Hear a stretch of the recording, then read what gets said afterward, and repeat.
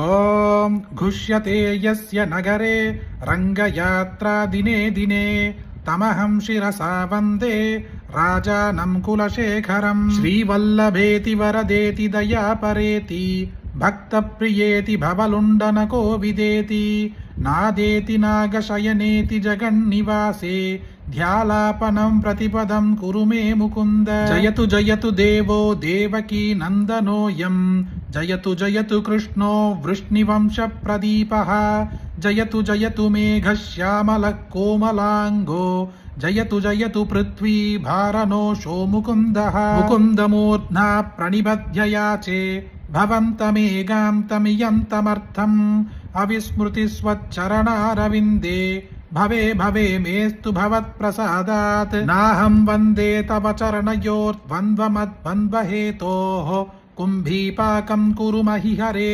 नारकं नाभनेतुं रम्या रामां मृदुदनलता नन्दनेनाभिरन्दुं भावे भावे हृदय भवने भावयेयं भवन्तं। नास्ता धर्मेण वसुनिचये नैव कामो बभोके यत् भव्यं भवतु भगवन् पूर्वकर्मानुरूपम्।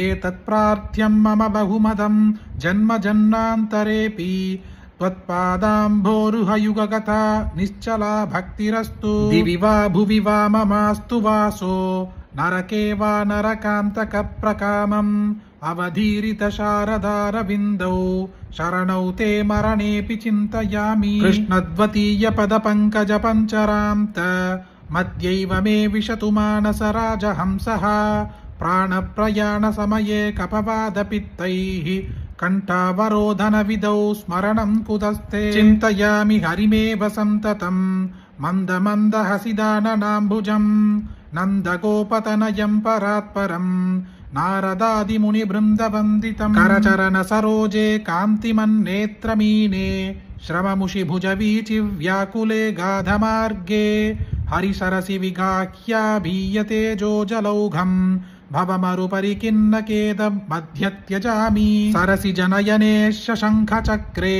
मुरभिधिमा विरमस्वचित्तरन्तुं सुखदरमपरं न जातु जाने हरिचरणस्मरणामृतेन तुल्यं। माभिर्मन्दमनो विचिन्त्य बहुधा यामीश्चिरं यातनाः नामीनः प्रभवन्ति पापरिभवः स्वामीननु श्रीधरः।